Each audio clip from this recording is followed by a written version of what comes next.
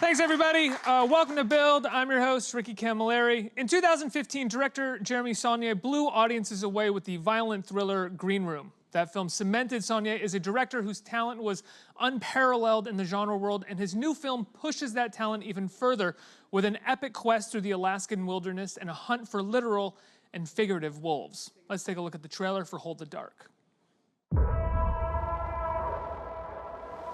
Dear Mr. Core, 3 days ago, my son Bailey was taken by wolves. No one in the village will hunt them. My husband will come home from the war soon. I must have something to show him. So you come to kill it? To kill the one that took him? I came to help if I can, to explain this if I can. It's not the first time people died out there. The hillside is scattered with pieces of bodies. That's what you get when you talk to the villagers. People are dying. Now it's real enough.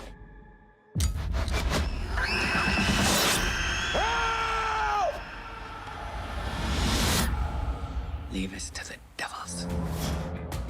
You're the one fought my boy? Yes. Can you raise the dead? No, sir. Then I have no questions for her. Never seen anything like this before. The behavioral term is savaging. No. We're not talking about animals here, Mr. Core. Well, if you say so.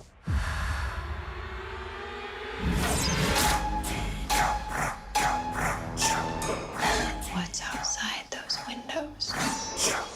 It gets in you. Find it. Kill it. Kill it. Kill it.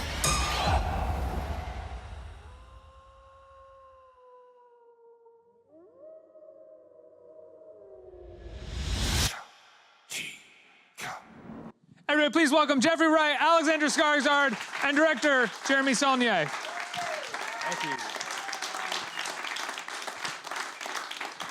Congratulations, this movie rules. Thank you. It's so good. You guys are great in it. You're a great director. I could do this all day. Well, we're done. complimenting it. Thank you. Thank you for coming, guys. We'll get deeper into it in a second, but I was dancing penguins.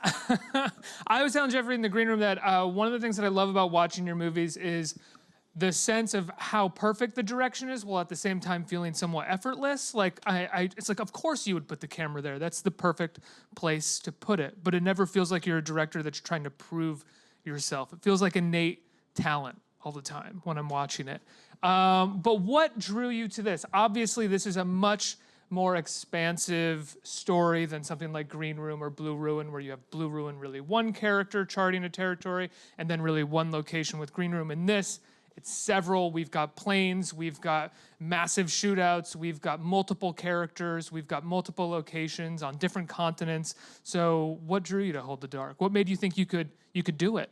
Exactly that. I mean, I come from a sort of independent film background.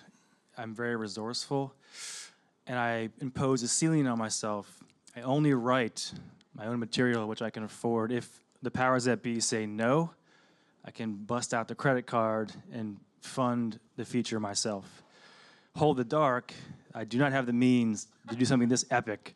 And when it came to me, it certainly resonated on a very deep emotional level, but I wanted to kick down all those barriers and walls I set up for myself and go do a very moving and atmospheric, totally immersive hybrid genre, which is, for me, it has elements of my favorite westerns, an adventure film, a horror film, a neo-noir crime thriller.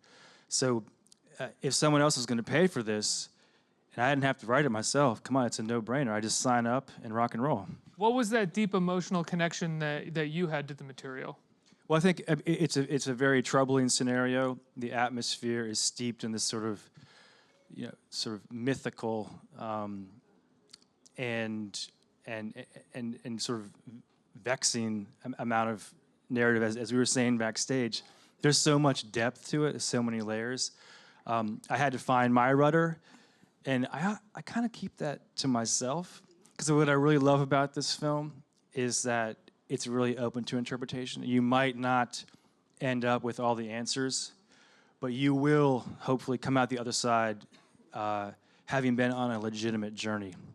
All the painstaking sort of direction, that's a whole cast and crew converging, telling the same story, and making sure that you're actually transported with 100% real performances, no CG penguins, no CG wolves, no CG anything, no green screens on the Pissed set. there were no CG penguins. Thank you for They're bringing real. that The up. penguins are real. That dance sequence with them is entirely real and choreographed. But no, that's my signature. It's old school practical filmmaking, and what you see is what we did, and we stand by it. There is a level of ambiguity with the film. Obviously, it hasn't come out yet, so we can't get into too many spoilers, but there is a level of ambiguity throughout and when you come to the end. And I find that those types of movies yield greater rewards when you go back and watch them. I think of like late Paul Thomas Anderson work and how the first time you watch, you're like, what was that about? And then the second time, you're like, oh, I get it. And I love it. Was that intentional on your part? Were you thinking about that you want this film to be rewarding upon rewatching? Oh, for sure. And as we were sort of hitting the right tone and dialing in the edit, we cut a few things out that did spell things out and wrap things up in a bow. Not entirely, but we felt there's a lot more weight and power and mystery if you do not sort of pander to the audience and tell them what they think they want to know. They have to find for themselves here, and it's, I think, going to be rewarding. And you can't, I had now, doing press, we've had people for the first time today watch it for the second or third time, and they do indeed find a lot more. And there's a couple of very interesting twists in the film that people are sort of hinting at. And I just tell them, whatever you think you found, you're correct. This is for you. If you watch it again, all the answers are in the film. And when people have questions, they can usually answer it themselves. It's a thing that someone like said Paul Thomas Anderson or even like Kubrick tried to do in his movies, which is remove that sense of obviousness and add an ambiguity so that audiences can have their own interpretation and crystallized idea about what something is, whether they're right or wrong. Yeah, I think the intention is, I mean, we'll see. The film will speak for itself. But the intention is, yes, there can be questions that are unanswered. But as long as the filmmaking and the craft that sort of we deliver, you are in very articulate hands. So it is all purposeful and designed. It's not just like, oh, we don't know either. I know it all. I've spent 2 years on this movie, but it is more fun and has more mystery and power when the audience is forced to lean in and do their own work. Jeffrey, what drew you to working with Jeremy? Had you seen Green Room and Blue Ruin? I hadn't prior to getting the script, which Macon Blair's script adaptation of the Giraldi novel, obviously. But the script was one of the most almost poetic in its descriptiveness scripts that I had read in some time. It was vast. The language was sparse but meaningful and efficient. It was just really well constructed. And then I saw Blue Ruin, which is a story that takes place, on the backside of civilization, in a place where the lawlessness is whatever occurs in the moment. And having read the script, I could imagine that the expansiveness of the backside of the Alaskan, the backside of the dark side of the moon, Alaska style, would be an incredibly ample landscape for Jeremy to explore those same types of themes. And one thing that Jeremy and I talked about when we met and discussed doing this was the idea of someone like me playing this character, which is different than as written in the book. One thing that excites me about some of the choices that I get to make at times is to be able to destroy and shatter kind of cultural biases that are built into our cinematic history and our cinematic present, and to undo those and rewrite stories in a way that lends them a different type of complexity, maybe pulls out some of those biases, some of those like kind of colonialist elements, and adds into them a contemporary element that we don't too often see. So when I see this guy, for example, and I imagine him, it's not a leap for me because I think, you know, for example, someone like Matthew Henson, you know, who's one of the first to make the trek to the North Pole. So there's a historical reality for a guy like this, who's a scientist, who's an adventurer, who's a naturalist, but it's not something that we necessarily in America are that aware of, but it's fact. And so if I have an opportunity to leap into a space like that and paint a character that we rarely see, but that is actual, that is factual, then yeah, I jump into it. So that was something that we talked about. And I think it adds a different element too to the mix of people. We have, you know, woven into this landscape an indigenous presence that's to be expected. Julian Antelope Black gives a powerful performance in this, nihilistic but powerful performance. And so we have those elements, we have these kind of cultural and mystical elements relative to that native indigenous presence. And so adding me into that mix tells a slightly different story than if you add the character as written by Giraldi. So there were a few things about this that I was drawn into. And I'm glad I jumped into it with these two and everyone else that involved. That sort of rewriting of history and our perceptions of who can play what in movies and television, is that also one of the reasons that you signed on to something like Westworld, without getting too into Westworld or anything like that? Yeah, no, I mean, it's not the intent. Let me find something that completely destroys all the racial and racist biases that exist in cinema and just in our society. No, if I could, that'd be cool. But no, I get things thrown to me of a pretty wide range.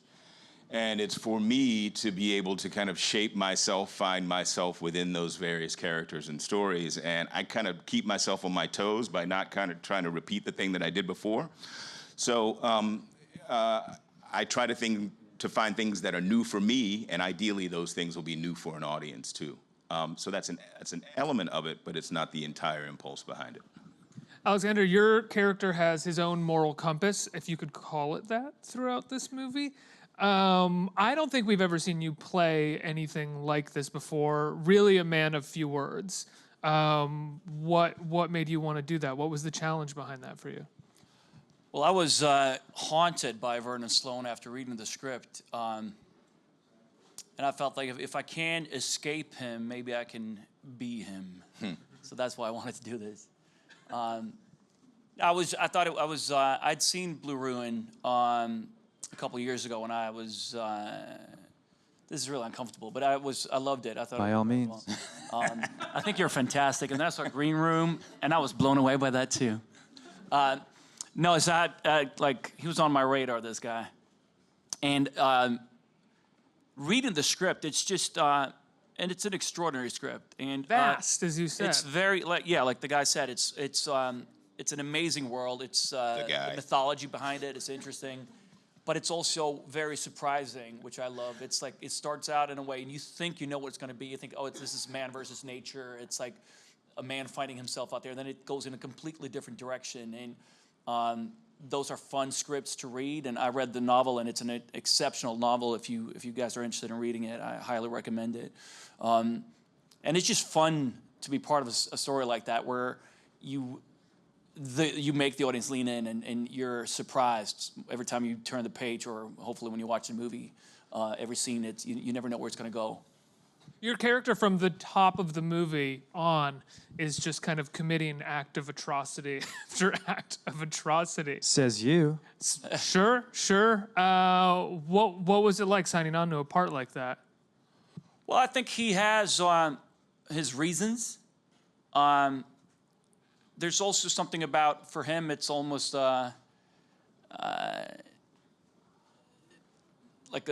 Schopenhauer said that life is an interruption of the blissful non-existence. So for him, taking a life it's not as significant as it might be for you or me. but there's a determination there. He has, without revealing what it is, but he's got a mission. He's got to do something, and he doesn't compromise anyone or anything that will get in his way. He will just eliminate that, and he doesn't think about it. And I also wanted to make sure that it wasn't, he's existed in this state of mind and this consciousness forever. He's always been like this. We talked about that as well. When we first meet Vernon, it's in a war in the desert, could be Iraq, could be Afghanistan, and he's wounded, and then he finds out what's happening back in Alaska, and he goes back home to this little hamlet that he's from. And I wanted to make sure that it wasn't this. It's not rage, but this is not a reaction to what happened in the war. The fact that he went through horrible things out there, and he did horrible things out there, and saw the darkness. It's not PTSD we're dealing with here. It's Vernon Slone. Schopenhauer said some other things that probably relate to Vernon Slone too, I would think. Yeah. Yeah. He said some. He said, "Snitches get stitches." There's a set piece in the middle of the film that is some of the best action directing I've seen in quite some time. It's also reminiscent of a lot of things that have happened in our culture in the last couple of years. And as you said, this is based on a book, and you started working this 2 years ago. So I don't know if these things were necessarily on your mind while working on the script and then shooting the movie. And were they? And how did it feel when you were then cutting it and then releasing the movie? And some of these things have happened. We're talking about a shootout. And as a filmmaker, I'm attracted to, drawn towards, and really explore fiction. And there's a really firm firewall between me and violence on screen and in real life.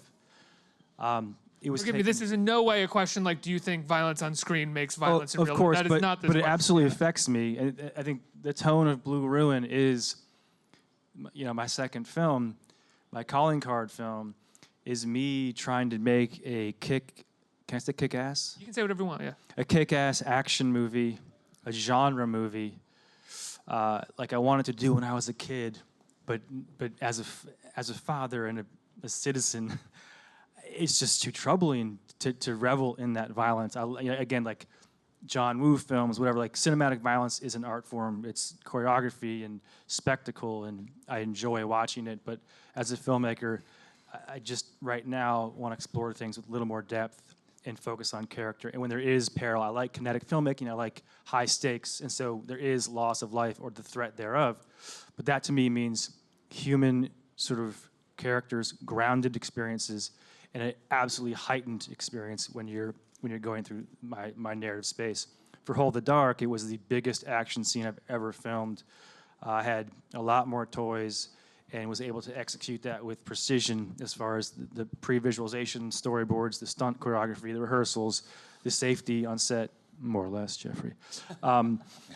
And it's, as in the film, it's a devastating scene. Yeah. It's supposed to it's more like Private Ryan, the opening Omaha Beach scene. It's suppressive fire. It will not stop. It's unrelenting.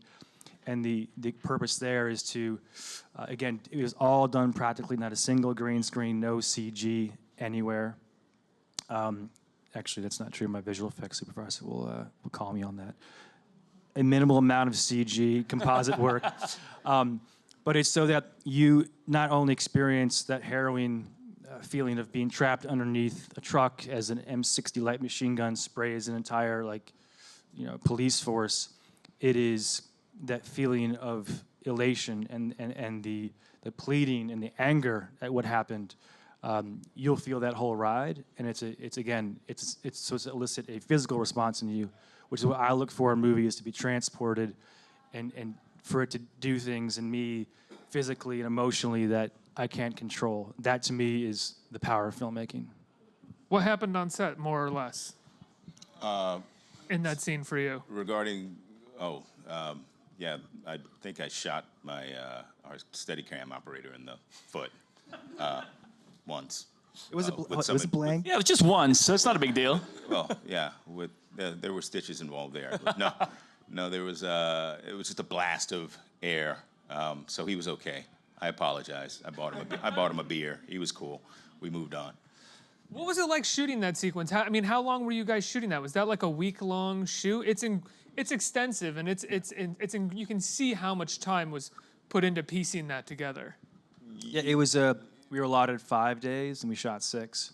Because the shootout is amazing, a lot of spectacle. I think as a cast and crew we really came together. But as Jeff and I were saying earlier today, there's bookends to that. It's an amazing dialogue sequence, very simple, very quiet, but very profound, that precedes the shootout, and then also another very visual, musically driven, emotional scene as an aftermath.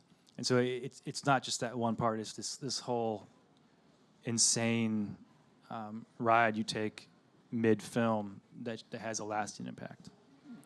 Alex, he said that in the edit he removed a few things that would explain some parts of the movie in an obvious way, and I would imagine that some of those things are your character's motivations and intentions. So something that you maybe got from the script and thought about while you were shooting. What did you think when you saw the final film? And maybe it wasn't so much about his motivation. That was always quite enigmatic, even in the novel. And I think it's very important to leave it that way, because I think that's what is, in my opinion, appealing about the character. I don't want to spell out why I believe Vernon does what he does in the movie. I think it's way more immersive and more interesting for the audience if it's their interpretation of it. It was more the stuff that was cut out was more about the relationship and about between Medora and Vernon. And the kind of the family structure, their parents and their background. There were a couple of flashbacks that kind of explained a bit more about that. But I thought it works. I agree that it works better without it. I think it's more you add more mystery to it that way.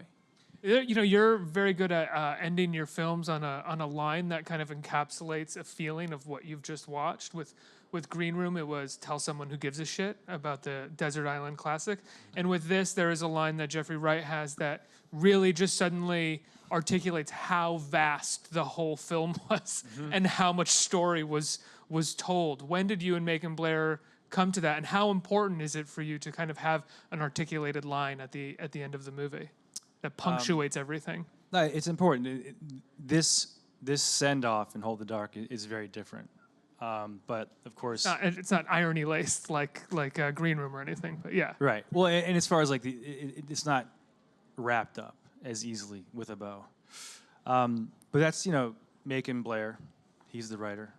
I will not take credit for his writing, but Macon is a lifelong friend, and he sort of custom built this screenplay for me. We developed it together. He wrote it on his own, but really, when I got it, he knows me. But it's important to have some kind of punctuation, especially when I don't want to give any spoilers away or sort of speak too much to the end of the film, but it's important that we hit a certain waypoint and check in with whoever survives. With the Penguins. I'm not saying who survives. CG Penguins get that last line. It's great. It was gratifying when we did invite the Penguins. It was gratifying when we had an audience up in Toronto at the film festival. I watched it for the first time with a larger audience, and when that line hit, the reaction was kind of proof that everyone had been on the journey, and that it was a pretty hectic journey, but it landed beautifully. How do you perform that line? I mean, how do you go into the day, go into the scene, knowing that you're going to do this one line that encapsulates let's the not feeling talk about at the end that. of the movie? I put him under the worst. That was the worst. I felt so bad. That one? You had to do so much that day. You were up doing inserts, down doing this, changing clothes, walkies going off. Just another day. But see, you never know. But you just started talking about it, so now we got to finish it. Yeah, no, it was another page in the script, I didn't look at it as a culmination of anything, even though it was, but it was as it was.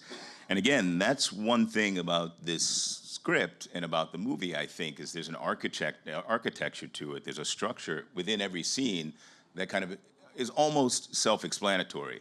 So I found myself inside these scenes going, wow, the simplest gesture has enormous resonance because it was just written that way. So I try to keep it simple.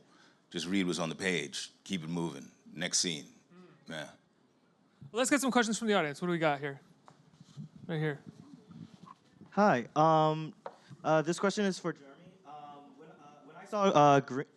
When I saw Green Room, one of my favorite things about it was the unnerving atmosphere to the plot, and this movie looks exactly like it has the same vibe. So I was wondering, how do you capture that authenticity of the dark and ominous atmosphere of your films?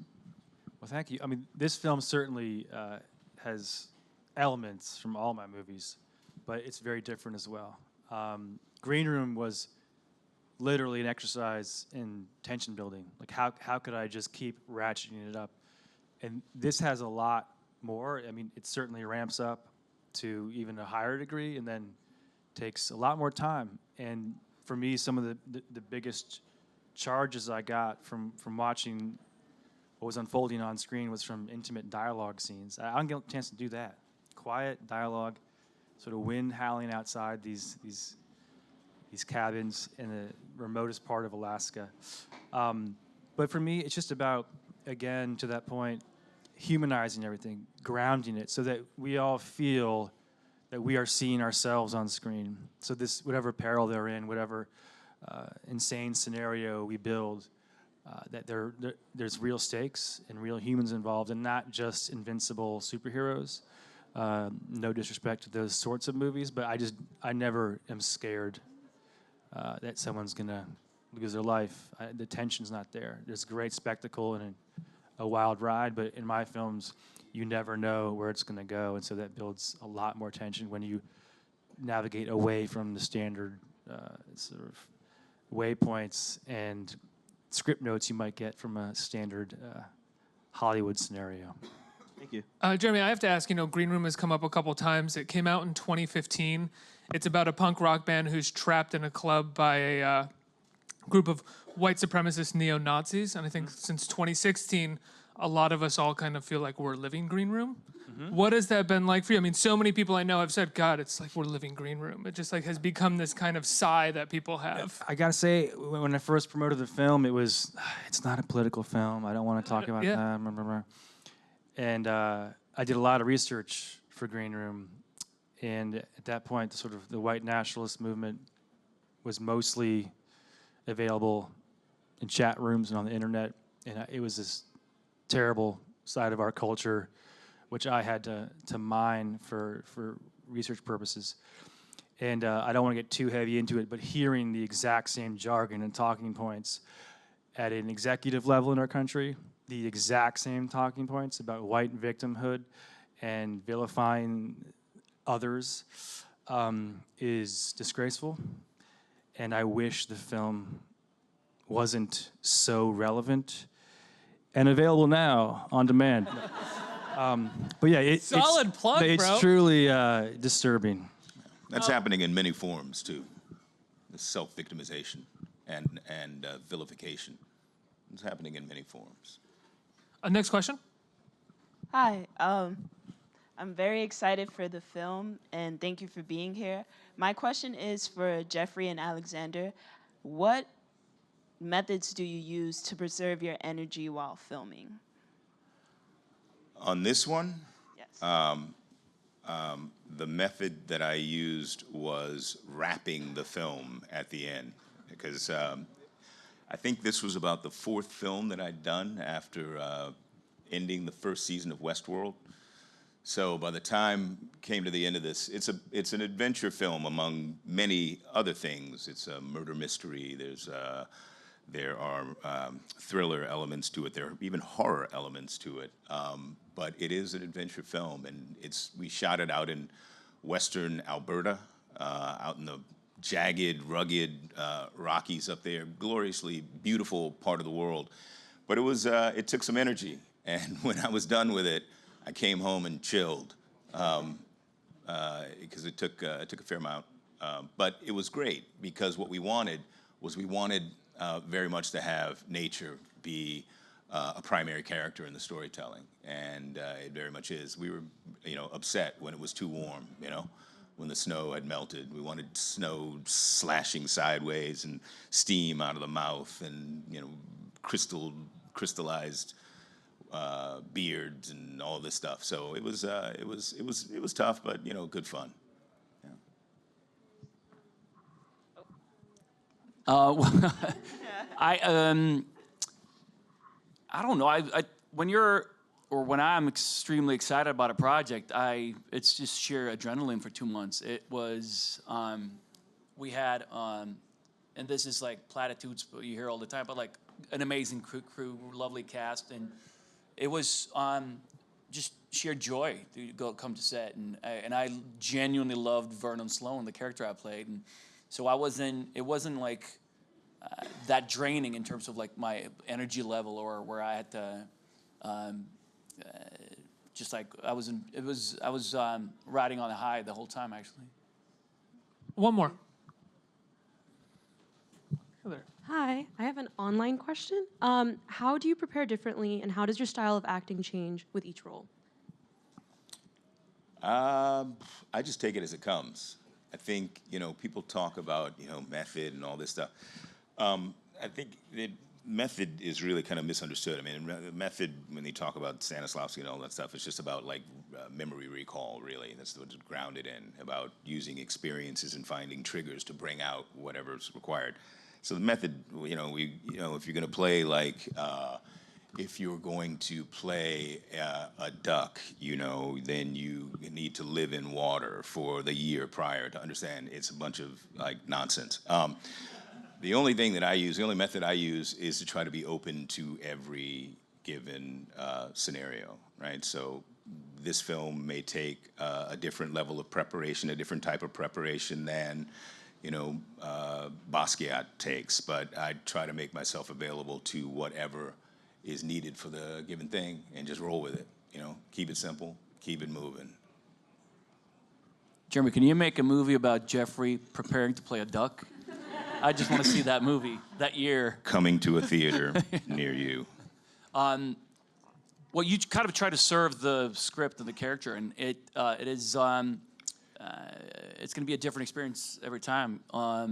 What motivates me, if it's something that feels different, if it's a character I'm not familiar with, if I'm too familiar with a character, I tend to creatively not be excited, and there's no exploration there. And when you're that less motivated, it's tougher to get into it. So it's just about finding stuff that gets you really excited, and where you can't wait to dive in.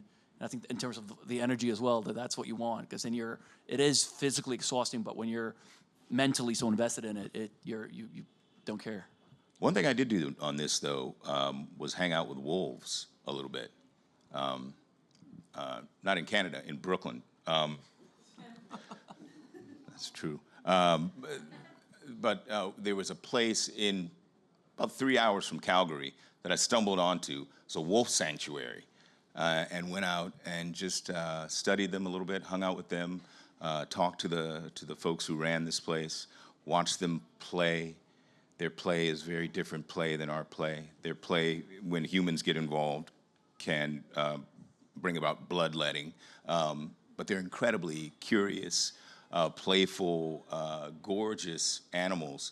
So I tried to immerse myself in that, And that's one of the things about what we do that I find gratifying, is that you get to explore these fields and explore these places that you might not otherwise if you were, working from an office, And as far as I'm concerned, we directors rarely get credit for our acting, but we have to pretend that we know what we're doing every day, that we're not terrified. What day were you most terrified on the set of Hold the Dark, when you did your best performance? Well, the most terrified, I actually did not perform well. It was during the flashback scene that didn't make it. And I, went back to the trailer, And I just What was it about that? I failed, Alexander. I failed. I failed you and the crew and the whole cast. Why? Well, that I don't want to, because I don't want to get hired again. But no, he pretend a lot. And What did you do? it's important that people know that. I didn't realize you failed. I was on set. That's the thing is people out there, it's important they know You like forget to that check the gate or they- something? What did you do? that they can have access, because I'm just faking it till I make it. And I do believe after this movie and some other job I did I won't mention, that I can now officially, I think I'm a director. I think I'm a filmmaker, which is a huge leap. And on this movie, I was able to take time out and actually, instead of complain or whine or whatever it was I do when a location scout's not going right, I did a fall back into the snow, and I made a snow angel and looked up at these jagged Rockies and this amazing, and sort of inhaled the fresh air, and I actually was like, okay, yeah, I'm grateful. Thank you. I'm a director. And then I got up and then started complaining again. But it's important. You're not going to tell us how you felt, are you? Oh, no, I can't. You're not going to tell us the Trade satisfying secrets. part of the story No, that just you the started. fact that we fake it too. But I honestly have no idea what he's talking about, so that's how Exactly. good he faked it. An incredible performance. Yeah. Thank you all. It's good. Guys, I love the film. Congratulations. I love all three of your works. Yours work. It's wonderful. And the film is dark, gritty, beautiful, incredibly well made, and a really great ride. It comes out on Netflix September 28th. Everybody give them a big round of applause and watch Hold the Dark. Thank you all very much. Appreciate it.